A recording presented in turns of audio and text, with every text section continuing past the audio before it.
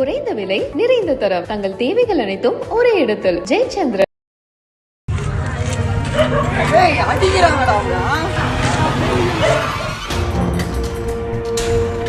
அந்த மனோ சார் வீட்டிலேருந்து ஒரு கொஞ்சம் முன்னாடி இருக்கும். அப்போது ஃப்ரெண்டு தனியாக போகும்போது அடிச்சிட்டாங்க. இந்த மாதிரி நான் போய் பேசலாம் தான் போனோம். அவங்க ஃபுல்லாக ட்ரிங்க்ஸ் பண்ணியிருந்தாங்கன்ட்டு அந்த சைட்லேருந்து ஆயுதம்லாம் வச்சு மேலே அடிக்க ஆரம்பித்தாங்க. நான் ஓடும் போது கால் ஸ்லிப் ஆகி நான் தனியாக மாட்டிக்கினேன். அப்போ 5 பேர் சேர்ந்து நான் அடிச்சாங்க கட்டையால்.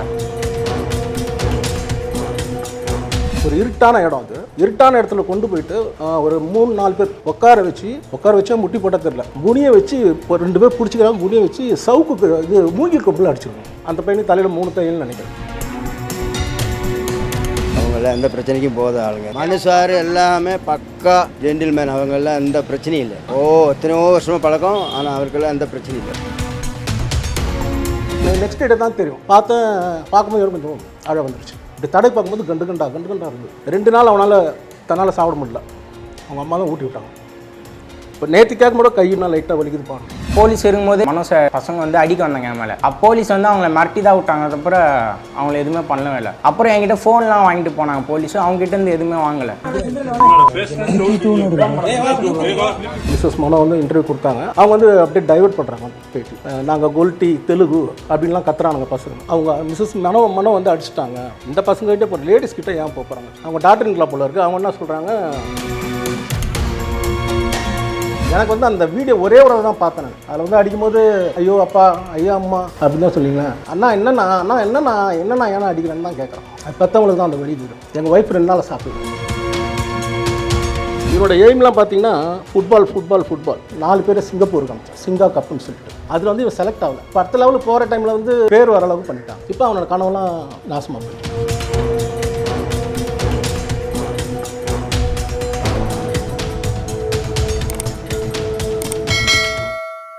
ஆரோட்ஸ் எடுக்க வணக்கம். நான் அருண் விக்னேஷ். நம்ம இப்போ நிற்கிற பகுதி தான் வளசர பக்கத்தில் இருக்க மனோ அவர்களோட வீடு. கடந்த சில நாட்களாகவே வந்து சோஷியல் மீடியாவும் சரி எல்லா இடமும் சரி மனோ அவர்களோட 2 மகன்கள் வந்து சின்ன பசங்களை தாக்கிட்டதா மிகப்பெரிய ஒரு செய்தி வந்துச்சு. அது மிகப்பெரிய அதிர்வலையை ஏற்படுத்தியிருக்கு.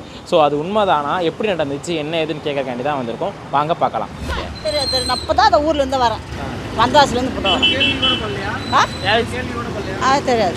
அவர் நல்லவர் தான். அவரெல்லாம் எந்த பிரச்சனையும் இல்லை. பசங்களும் எல்லாருமே நல்ல பசங்க தான். அவங்களாம் எந்த பிரச்சனைக்கும் போத ஆளுங்க. மனுஷார் எல்லாமே பக்கா ஜென்டில்மேன். அவங்கெல்லாம் எந்த பிரச்சனையும் இல்லை. தெரியாது. கேள்வியாச்சும் பட்டுறீங்க? தெரியாது. என்ன பண்ண தெரியாது. அது முடியுது என்ன பண்ணுங்க. இங்கே இருக்கிற மக்கள் நிறைய பேர்ட்ட போய் கேட்டோம், என்ன நடந்துச்சு, எப்படி பிரச்சனை நடந்துச்சு கேட்கும்போது அவங்ககிட்ட எந்த ஒரு பதிலுமே இல்லை. அவங்க பயப்படுறாங்களா, உண்மையாக தெரியலான்னு எதுவுமே தெரியல. ஸோ அந்த சம்பவத்தில் அந்த அடிபட்ட அந்த பையன்கிட்ட போய் கேட்க போகிறோம். அந்த பையனோட வீடு இங்கேருந்து கிட்ட மதுரை வயல் தான் சொன்னாங்க. ஸோ அங்கே போய் பார்ப்போம். ஏன்னா விசாரிக்கும்போது இது ஒரு தலைபட்சமாகவே யார் மேலே தப்பு இருக்குது யார் மேலே தப்பு இல்லை அப்படிங்கிறது தெரியல. ஸோ இது ஒரு தலைபட்சமாக போகிற மாதிரி இருக்குது. ஸோ அந்த பசங்கள்கிட்ட போய் கேட்போம் என்ன நடந்துச்சு எப்படின்னு பார்க்கலாம் வாங்க. என் பேர் வந்து ரித்தீஷ். இந்த பிரச்சனை நடந்து வந்து 12:30 மணி இருக்கும். இப்போ வந்து டர்ஃப் விளாண்டுட்டு அப்போது ஃப்ரெண்டு தனியாக போகும்போது அடிச்சிட்டாங்க. இந்த மாதிரி இப்போ வந்து ஃப்ரெண்டு ஃபோன் பண்ணால் யாரும் தெரில, இந்த மாதிரி அடிக்கிறாங்க அப்படின்னா நான் போய் பேசலாம் தான் போனோம். அவங்க ஃபுல்லாக ட்ரிங்க்ஸ் பண்ணியிருந்தாங்கன்ட்டு அந்த சைட்லேருந்து ஆயுதம்லாம் வச்சு மேலே அடிக்க ஆரம்பித்தாங்க. நான் ஓடும் போது கால் ஸ்லிப் ஆகி நான் தனியாக மாட்டிக்கினேன். அப்போ 5 பேர் சேர்ந்து நான் அடிச்சாங்க கட்டையால். அதுக்கப்புறம் போலீஸ்லாம் வந்தாங்க. அப்புறம் இது நடந்தது வந்து அந்த மனோ சார் வீட்டிலேருந்து ஒரு கொஞ்சம் முன்னாடி இருக்கும்.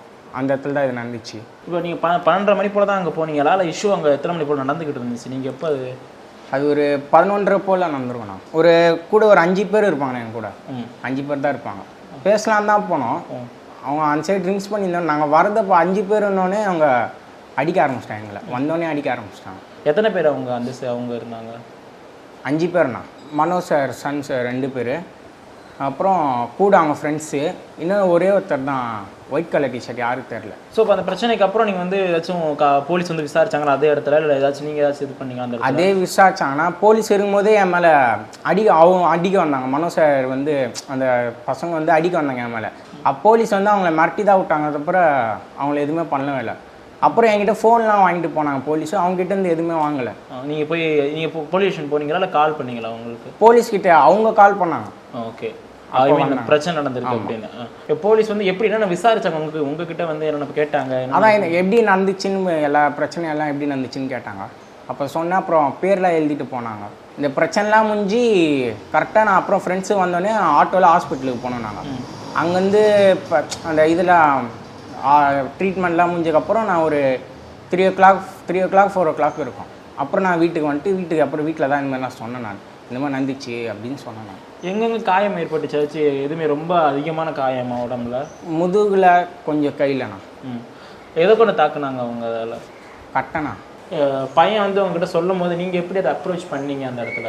ஆக்சுவலாக எனக்கு வந்து நெக்ஸ்ட் டே மார்னிங் தான் தெரியும். நாங்களாம் தூங்கிட்டு இருக்கிறதுனால வந்து எங்களை டிஸ்டர்ப் பண்ணாலும் விட்டுட்டாங்க. நான் அப்சர்வ் பண்ண வரைக்கும் பார்த்தீங்கன்னா வந்து ஒரு 11:30 வரைக்கும் இந்த ஃபுட்பால் விளையாடிருக்காங்க.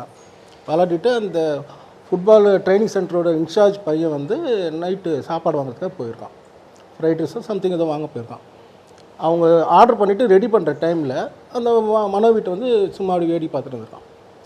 அப்போ இவங்க வெளியே 2 பசங்க, அது மனோட பசங்களாம் அந்த டைமில் அவங்களுக்கு தெரியல, வெளியே 2 பசங்க வந்து சும்மா போதையில் வந்து இதை பேசிட்டு இருந்திருக்காங்க.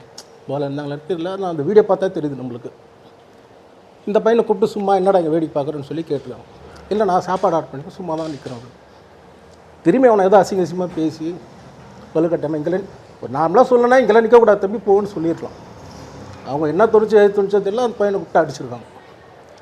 இவங்க வந்து அந்த சாப்பாடுலாம் அவனை விட்டுட்டு இவங்க கொஞ்சம் வீட்டுக்கு நடந்து வந்துட்டு இருக்காங்க. குளோருக்கு இந்த சத்தம் கேட்டு போயிருக்காங்க. அந்த பையன் கத்திருக்கான், போயிருக்காங்க. அப்போ போனவங்க எல்லாருமே அடிச்சிருக்காங்க. அதில் தம்பியும் ஒரு ஆள். தம்பி அப்படின்னு பார்த்தீங்கன்னா ஒரு இருட்டான இடம். அது இருட்டான இடத்துல கொண்டு போயிட்டு ஒரு 3-4 பேர் இருக்குமா, 3-4 பேர் இருக்குமா, 3-4 பேர் உட்கார வச்சு முட்டி போட்டால் தெரில, குனியை வச்சு 2 பேர் பிடிச்சிக்கிறாங்க. குனியை வச்சு சவுக்கு இது மூங்கில் கொம்பில் அடிச்சிருக்காங்க. இதுக்கு முன்னால் வந்து இந்த வேலைக்கார பசங்களை வந்து உள்ளேருந்து எதாவது எடுத்துனோட கம்பேத்தினோட தடியத்தினோட சொல்லியிருக்காங்க. அதை வேணும்னே கொண்டு வந்து முதுகில் அடிச்சிருக்காங்க. மெயினாக முதுகு தான். 2 நாள் அவனால் தன்னால் சாப்பிட முடியல. அவங்க அம்மா தான் ஊட்டி விட்டாங்க. இப்போ நேற்றுக்காக கூட கையினால் லைட்டாக வலிக்குது பண்ணுறோம். நீங்கள் போலீஸ் அப்ரோச் பண்ணீங்களா, இல்லை அவங்கள்ட்ட போயாச்சும் பேசுனீங்களா? இல்லை, ஆக்சுவலாக அவங்களே வந்து கேஸ் எடுத்துருக்காங்க போல இருக்குது. அவங்களே எடுத்துக்காம என்ன நெக்ஸ்ட் டே தான் தெரியும். நான் ஒரு ஆஃபீஸ் போய்ட்டு ஒரு 2:30 லஞ்ச் டைமில் வந்து பார்க்கலான்னு வந்தேன். பார்க்கும்போது எனக்கு கொஞ்சம் அழ வந்துருச்சு. இப்படி தடை பார்க்கும்போது கண்டு கண்டா இருந்தது. அப்புறம் இவங்க என்ன நினச்சாங்க, சரி அப்பா அம்மாவும் டிவிலாம் தெரியக்கூடாது, நீங்கள் போங்கப்பான்னு சொல்லிட்டு நான் பையனை கூப்பிட்டு வீட்டுக்கு வந்தேன். இதுக்கப்புறம் போலீஸ்லாம் யாரும் கூப்பிடல, ஒன்றும் பண்ணல. இப்போ அந்த பசங்க அடித்த பசங்க வந்து நான் ஏற்கனவே பேட்டியில் சொன்ன மாதிரி தான், இவங்க மேலே தப்பு இருந்துன்னா இல்லை வந்து நிற்கிறாங்கன்னா கூப்பிட்டு ஒரு திருடனை ட்ரீட் பண்ணுற மாதிரி பண்ணியிருக்காங்க. கூப்பிட்டு யாரை நீங்கள் எங்கேருந்து வரீங்க கேட்டு ஒன்று 1/2 கிலோமீட்டர் போலீஸ் ஸ்டேஷன் இருக்குது, கொண்டு போய் அங்கே விட்டுருக்கோம். இல்லை ஒரு 2-3 கிலோமீட்டர் நாங்கள் இருக்கோம். எங்களுக்கு ஃபோன் பண்ணி அப்பா நம்பர் வாங்கி அம்மா நம்பர் வாங்கி வர சொல்லி பேசியிருக்கலாம். பேசலை. அடிக்கிறதே தப்பு தானே. ஸ்கூலில் டீச்சர்ஸே ஸ்டூடெண்ட் அடிக்க பயப்படுறாங்க. போலீஸ் ஸ்டேஷன்லேயே அக்யூஸ்ட் வந்து போலீஸ் அடிக்க பயப்படுறாங்க. பயப்பில்ல, அடிக்கக்கூடாதுன்னு நினைக்கிறாங்க. யாரோ ஒருத்தர் வந்து எப்படி அடிக்க முடியும் சொல்லுங்கள்? இப்போ அவங்க தரப்புல இருந்து என்ன சொல்கிறாங்கன்னா, பசங்களும் தண்ணி அடிச்சிருந்தாங்க, அதனால தான் இது பண்ணும் அப்படிங்கிற ஒரு சாயலை உருவாக்கியிருக்காங்க. ஸோ அதை எப்படி நீங்கள்? எல்லாமே ஸ்போர்ட்ஸ் பர்சன் தான், எப்படி தண்ணி அடிப்பாங்க சொல்லுங்கள்? எல்லாமே ஸ்போர்ட்ஸ்க்கு. ஆக்சுவலாக இங்கே வேறு ஒரு கிரவுண்டில் எப்போவுமே ட்ரைனிங் எடுப்பாங்க. அங்கே விளாட முடியலையா, தண்ணி இருந்திருக்கு, அதை அந்த டர்ஃபில் வந்து விளையாடிருக்காங்க. விளையாடிட்டு வீட்டுக்கு வர வழியில் தான் அந்த பையன் மட்டும்தான் தனியாக சாப்பாடு வாங்க போயிருக்கான். இவங்க அந்த ரோடு வந்து பிரியும், அப்படி லெஃப்ட் போனால் ஃப்ரைட் ரைஸ் கிட்ட, ரைட் வந்து எங்கள் வீட்டுக்கு வர வழியில் கொஞ்சம் தூரம் தாண்டி வந்திருப்பாங்க போல. அந்த பையன் கத்துற சத்தம் கேட்டு தான் திருப்பி போயிருக்காங்க. இப்போ அந்த பையனை அடித்ததுக்கான காரணம் ஏதாச்சும் தெரிஞ்சதா? ஏன் அடித்தாங்க? இது வீட்டை பார்த்ததுக்காக அடிச்சிருக்காங்க. சும்மா நீ ஒருவேளை அவங்க சந்தேகம் இருந்திருக்கலாம், யாரோ ஒருத்தன் வீட்டை நோட்ட விட்றான், அந்த மாதிரி கூட இருந்திருக்கலாம், எனக்கு தெரியல. அதனால கூட இருந்திருக்கலாம். அதை கூப்பிட்டு என்ன இதுப்பா யார்ப்பா எதுக்குப்பா இங்கே நிற்கிறேன், இங்கெல்லாம் நிற்கக்கூடாதுன்னு சொல்லி அனுப்பிச்சிட்டோம். எடுத்தோடனே கன்னத்தில் எல்லாம் அடிச்சிருக்காங்க. இப்போ இந்த பசங்களாம் வரத்தை பார்த்து இவங்க சத்தம் கேட்டு பசங்களாம் வரத்து பயந்து போயிட்டு கட்டெல்லாம் கொண்டு வந்து அடிச்சிருக்காங்க. அந்த பையனுக்கு தலையில் 3 தையல்னு நினைக்கிறேன். இப்போ நீங்கள் ஏதாச்சும் நடவடிக்கை அடுத்த கட்டமாக அது சொல்லியிருக்கீங்களா உங்ககிட்ட? நீங்கள் ஏதாச்சும் அப்ரோச் பண்ணியிருக்கீங்களா, எதுக்கு என் பையனை அடிச்சிங்க, நீங்கள் ஏதாச்சும் கான்டாக்ட் பண்ணி விசாரிச்சிங்களா அவங்கக்கிட்ட? இல்லை, ஆக்சுவலாக அந்த போலீஸ் வந்து அவங்களா கேஸ் எடுத்திருக்காங்க, எடுத்துகிட்டு வந்து சப்போர்ட் பண்ணிட்டு இருக்காங்க. அவங்கள தேடிட்டு இருக்காங்க, வந்து ஹஸ்பண்ட் ஆகிட்டாங்க போல இருக்குது. நாங்களாம் வந்து யார்கிட்டும் போய் பேசலை, இன்னும் இது வரைக்கும் கேட்கல. அந்த அம்மா ஏதோ இன்டர்வியூ கொடுத்தாங்க, மிஸ்ஸஸ் மனோ வந்து இன்டர்வியூ கொடுத்தாங்க. அதுக்கப்புறம் நான் பேட்டி கொடுத்தேன். அவங்க வந்து அப்படியே டைவர்ட் பண்ணுறாங்க பேட்டி. என்னென்னு பார்த்தீங்கன்னா நாங்கள் கோல்டி தெலுங்கு அப்படின்லாம் கத்துறானுங்க பசங்க. ஆக்சுவலாக அந்த கோல்டின்ற வேர்டு வந்து பார்த்தீங்கன்னா 30-40 வயசுக்கு மேலே இருக்க பசங்களுக்கு தான் அந்த வேர்டை தெரியும். பழைய வேர்டு அது. தெலுங்குன்றத திருப்பி தான் கோல்டி. இப்போ இருக்க ஜென்ரேஷனுக்கு அது தெரியாது. அவங்க வேணும்னே அந்த மாதிரி சும்மா டைவர்ட் பண்ணுறாங்க. அவங்க டாக்டர்ங்களா போல இருக்குது. அவங்க என்ன சொல்கிறாங்க, இவங்க வந்து ப்ரீ பிளான்டாக வந்திருக்காங்க, கேமராலாம் எடுத்துகிட்டு வந்து அடிக்கிறது வந்து கேமரா எடுத்துருக்காங்க. அந்த கேமரா அடிக்கிற பையன் வந்து ரித்திஷ் அடி வாங்கினான்டா, ரித்திஷ் அடி வாங்கினா அந்த மாதிரி சொல்கிறாங்க. ஏன் கேமரா அடிக்கிற பையன் ஓடி போய் காப்பாற்ற வேண்டியதானே, எப்படிங்க போவான், இந்த பிள்ளைய அடிக்கிறான், அவன் வந்து அவனையும் சேர்த்து தான் அடிச்சிருப்பானுங்க. அந்த வீடியோ நீங்கள் அடி வாங்கும்போது வீடியோ இது பண்ணாங்க கூட அந்த பசங்க எடுத்துருக்காங்க. அது போலீஸ்ட்டு ஆதாரமாக வச்சு கொடுத்துருக்காங்க. அதில் தான் தெரியுது அவங்க நடவடிக்கைலாம். அங்கே ஒரு பேட்ரோல் ஏட்டுலாம் வந்திருக்காங்க, வந்து நிற்கிறாங்க. நிற்கும் போதே வந்து இவங்க கட்டையெல்லாம் வச்சுட்டு அப்படியே போகிறது வரது நீங்களும் பார்த்துருப்பீங்கன்னு நினைக்கிறேன், தெரியல. இப்போ அவங்க சைட்லன்னு சொல்லும்போது இப்போ நம்ம சைடில் என்ன நடவடிக்கை எடுத்திருக்கீங்க நீங்கள்? ஏன்னா ஒரு பையன் நம்ம பையங்கிற இடத்துல வந்து இவ்வளோ அடிச்சிருக்காங்க, நம்மக்கிட்ட தப்பு இல்லை. என்ன அந்த என்ன சொல்கிறேன், அந்த சம்பவத்தில் நான் இன்னும் மீளவே இல்லைங்க. சம்பவத்தில் நான் இன்னும் மீளவே இல்லை. இவனோட எய்ம்லாம் பார்த்தீங்கன்னா ஃபுட்பால்.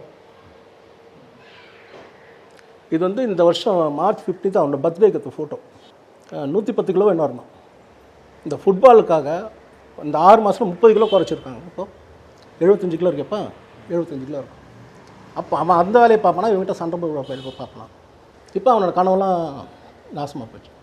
அந்த நெக்ஸ்ட் டேவாக இன்னும் சிஎம் டிராஃபி. லாஸ்ட் இயர் பார்த்தீங்கன்னா என்னோடய பெரிய பையன் வந்து ஒரு நம்ம காரம்பாக்கம் கணபதினு ஒரு எம்எல்ஏ இருக்கார், அவரோட ஆர்கனைஸில் என் பெரிய பையன் வந்து ஆர்கனைஸ் பண்ணி 4 பேரை சிங்கப்பூருக்கு அனுப்பிச்சான். சிங்கா கப்புன்னு சொல்லிட்டு லூஸ் பண்ணிட்டு வந்துட்டாங்க. பட் அது போயிட்டு வரது ஒரு பெருமை தானே. அதில் வந்து இவன் செலக்ட் ஆகலை, குண்டாக இருந்தாங்க. அந்த வெறியிலேயே வந்து உடம்பு குறைச்சிருப்பான், 30 கிலோ குறைச்சிருப்பான்.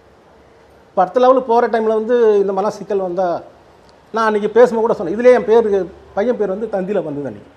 அது முதல் நாள் வரைக்கும் பேர் யாருக்கும் தெரியாது. இன்டர்வியூ கொடுக்கலாம் கூட முகத்தை மறைச்சிட்டு தான் இருந்தோம், தெரியக்கூடாது. எப்படி நாளைக்கு அவன் லைஃப்பில் வந்து ஏதாவது பிரச்சனை வரும் இல்லையா, இந்த பையன்ற இந்த பேர் இப்படின்னு பேர் வர அளவுக்கு பண்ணிட்டாங்க. எனக்கு அது ஒரு ஆதங்கம். மன்னிப்பு கேட்டால் போதும் அப்படிங்கிற விஷயத்த வந்து மென்ஷன் பண்ணாங்க. ஆமாம், எங்களுக்கு காசு பண்ணலாம் ஒன்றாங்க. எனக்கு வந்து அந்த வீடியோ ஒரே ஒரு தான் பார்த்தேன் நான். அதில் வந்து அடிக்கும்போது இப்படி உங்களை யாராவது ஒரு இதை சொன்னால், ஐயோ அப்பா, ஐயோ அம்மா அப்படின்னு தான் சொல்லிங்களேன். அண்ணா என்னண்ணா ஏன்னா அடிக்கிறேன்னு தான் கேட்குறான். அது பெற்றவங்களுக்கு தான் அந்த வலி தீரும். வலி என் பிள்ளைக்கு, வேதனை எங்களுக்கு. எங்கள் ஒய்ஃப் 2 நாள் சாப்பிடல. என் உடம்பு சேஃப்டி பண்ணுறதுக்கோசம் என்னால் திருப்பி அடிக்கலாம் முடியல. அதான் உடம்புலாம் சேஃப்டி பண்ணுறதுக்கோசம் நான் முடிஞ்ச அளவுக்கு கையெல்லாம் வச்சு தடுத்தேன். அதான் கை ஃப்ரண்ட்டில் எதுவும் அடிப்படல, ஃபுல்லாக முதல் தான் அடிபடுச்சு. இப்போ உங்களுக்கு எப்போ தெரிஞ்சது அது அவங்க வந்து மனோட பையன் தான் அப்படிங்கிற விஷயம் உங்களுக்கு எப்போ தெரிஞ்சிச்சு? 4 மணி இருக்கணும். ஐ மீன் விடிய ஹாஸ்பிட்டலில் பார்க்கும்போது. எப்படி உங்களுக்கு எப்படி தெரியும் போது? அதான் நான் ஃப்ரெண்ட்ஸ்லாம் வந்தாங்களா, அப்போ நான் ஃபோன் பண்ணி கொடுக்கும்போது ஃப்ரெண்ட்ஸ் எல்லாமே ஆச்சு ஃபோன் பண்ணி கொடுக்கும்போது அப்போ தான் சொன்னாங்க இந்த மாதிரி மனோசாரோட பையன் அப்படின்னு. ஆக்சுவலாக அது ஜூனியர் கேட்டகரிக்கு செலக்ட் ஆகிற ஸ்டேஜ். அது வயசு 16. இப்போ செலக்ட் ஆகிருந்தோன்னா அடுத்தடுத்த லெவலுக்கு அப்படியே கண்டினியூ ஆகிட்டு போயிட்டே இருந்திருக்கும். அது இப்போ 16 இயர்ஸ் தாண்டி 16 வயசு ஆகிடுச்சு. இப்போ இதில் வந்து ஜூனியரில் எடுக்க மாட்டாங்க. அடுத்த கேட்டகரி என்னவோ, அண்டர் 19, அண்டர் 18, 16 நான் அதெல்லாம் தெரியல. அதுக்கு போகிறதுக்கு நான் 2 வருஷம் 3 வருஷம் இதே மாதிரி விளையாடினார். சும்மாவே விளையாடிட்டு இருந்தோம். இவ்வளோ நாள் விளையாடி செலக்ட் ஆகிற டைமில் வந்து இந்த பிரச்சனை, அந்த 3 நாளில் அந்த பிரச்சனை வந்துருச்சு. இந்த பிரச்சனை நடக்கும்போது வந்து 2 லேடி, அவங்க மருமகளாக டாக்டராக யாரும் கரெக்டாக தெரியல, வந்து இவனை அடிக்கும்போது வந்து தடுக்கிறாங்க, தடுத்து கூப்பிட்டு போகிறாங்க. அவங்க வேறு என்ன சொல்கிறாங்கன்னா, அந்த இன்டர்வியூவில் வந்து பார்த்திங்கன்னா அவங்க மிஸ்ஸஸ் மனோ வந்து அடிச்சிட்டாங்க, அவங்கள வயசானவங்க அவங்கள வந்து அடிச்சிட்டாங்க. இந்த பசங்கள்கிட்ட போகிற லேடிஸ்கிட்ட ஏன் போகிறாங்க சொல்லுங்கள். அவங்க அப்படியே பிரச்சனை அப்படியே டைவர்ட் பண்ணுங்கள். லேடிஸ் அடித்தா மாதிரி சொல்கிறாங்க. அப்புறம் வந்து நாங்கள் தெலுங்குக்காரங்க அதை சொல்லி கிண்டல் பண்ணுறாங்க. அப்படின்னா பிரச்சனை டைவர்ட் பண்ணுறாங்க. ஆக்சுவலாக அவங்க மேலே தப்பு இருக்குன்னு எல்லாருக்குமே தெரியுது, ஓப்பனாக தெரியுது. அதை எப்படியா டைவர்ட் பண்ணலான்னு பார்க்குறாங்க. ஆக்சுவலாக பார்த்திங்கன்னா அவங்க கொடுத்த இன்டர்வியூவில் பார்த்திங்கன்னா இந்த பசங்களை கூப்பிட்டு வீட்டுக்கு அதாவது அவங்க வந்து ஃப்ரெண்ட்ஸு வந்திருந்தாங்களாம். ஃப்ரெண்ட்ஸு வந்து சாப்பிட்டுட்டு வெளியே அனுப்பிட்டு இவங்க வீட்டுக்கு திரும்பி வந்தாங்களாம். அப்போ வந்து இந்த பசங்களாம் வீணாக வந்து சண்டை எடுத்த மாதிரி சொல்கிறாங்க. அப்புறம் சண்டையெல்லாம் மடக்கி விட்டு வீட்டுக்கு கூப்பிட்டு போயிட்டு பசங்களை வந்து அவங்க திட்டினாங்களாம். திட்டிட்டு அவங்களுக்கு மயக்கமாயிடுச்சான். 12 மணிக்கு தூங்க போயிட்டாங்களாம். இவங்க திட்டத்தில் வந்து பசங்க வந்து கோச்சிட்டு எங்கேயோ போயிட்டாங்க அப்படின்னு இன்டர்வியூ கொடுத்துருக்காங்க. அந்த இன்டர்வியூவில் பார்த்தீங்கன்னா ஸ்கேன் எடுத்திருக்காங்க, இசிஜி எல்லாமே எடுத்திருக்காங்க, எக்ஸ்ரேலாம் எடுத்திருக்காங்க. பசங்க காணாமல் போயிட்ட மாதிரி எப்படி எடுத்திருப்பாங்க? அவங்க தப்பிக்க வைக்கணும்னு நினைக்கிறாங்க. எங்கே போயிட்டான்னு கூட தெரியலாம். எங்களுக்கு இங்கெல்லாம் அடிபட்டுருக்கு, இதெல்லாம் அடிபட்டுருக்கு, பசங்களாம் அடித்தாங்க அப்படின்ட்டு ஸ்கேனு எக்ஸ்ரே எல்லாம் காட்டுறாங்க. எங்கேருந்து எடுத்துப்பாங்க? காணாமல் போன பசங்களுக்கு எங்கேருந்து வந்திருக்கும் அந்த ஸ்கேன் எக்ஸ்ரேலாம்? 12 மணி திட்டிட்டு தூங்க போயிட்டாங்க. பசங்க எங்கே போயிட்டாங்கன்னு தெரியலன்னு ஒரு சொல்கிறாங்க. கோச்சிட்டு போயிட்டாங்கன்னு. ஆனால் ஸ்கேன் எக்ஸ்ரேலாம் காட்டுறான். இப்போ காவல்துறை சைடும் சரி அவங்க வீட்டு சைடும் சரி சொன்னால் அவங்க தலைமறைவாயிட்டாங்க அப்படிங்கிற விஷயம் தான் முன் வைக்கிறாங்க. ஸோ அதை நம்புறீங்களா? எந்த அளவுக்கு அதை பார்க்குறீங்க? தலைமறைவு ஏன் ஆகணும்? தப்பு பண்ணுறவங்க தலைமறைவு ஆகும். ஒரு கொலைகாரம் கொலை பண்ணிவிட்டு எங்கேயோ ஓடிடுவான், தலைமறைவுன்னுவாங்க. அந்த மாதிரி தான். எதுக்கு தலைமறை ஆகணும்? தப்பு பண்ணல, தைரியமாக அடுத்த நாளே ஸ்டேஷனில் வந்திருக்கலாம்ல. இந்த பிள்ளைங்க வீடு அட்ரஸ்லாம் கொடுத்துருக்காங்க, ஃபோன் நம்பர்லாம் கொடுத்துருக்காங்க, வர சொல்லி பேசலாம்ல. அது போன இன்டர்வியூல அந்த அம்மாட்ட சொன்னேன், அம்மா நாளைக்கு நான் இது வரைக்கும் ஸ்டேஷனில் வரேன், நாளைக்கு கூட வரேன், நான் உங்கள் பிள்ளைங்களை கூப்பிட்டு வாங்க, பேசலாம் வாங்க அப்படின்றேன்.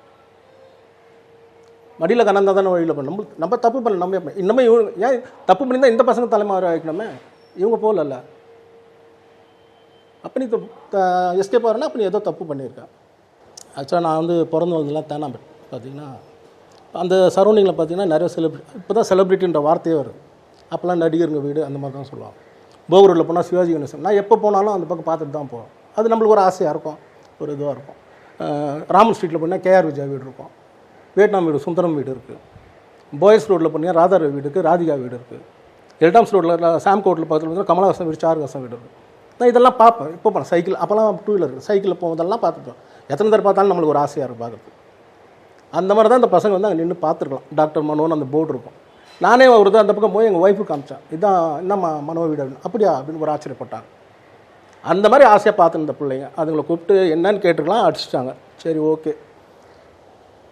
இப்போ செலிபிரிட்டி பசங்கன்றது வந்து மனோவோட பசங்கன்றது அதுக்கப்புறம் தான் தெரிஞ்சுது. இவங்களுக்கு யாருக்கும் தெரியாது. ஆக்சுவலாக ஒருத்தர் நான் வந்து எனக்கு ஆஃபீஸ் இருக்கும் பார்ப்போம், மனோ வீட்டு எதிர் ரோடு வந்து வேலன் நகர்னு ஒரு ரோடு இருக்குது. அப்பா ஒரு வண்டியில் வரும்போது இன்னும் பெட்ரோல் காலி ஆகிடுச்சு. அப்போ தம்பி தான், அவன் ஆஃபீஸ் போயிட்டான், தம்பி தான் ஃபோன் பண்ணி பெட்ரோல் வாங்கிட்டாப்பா அப்படின்னா.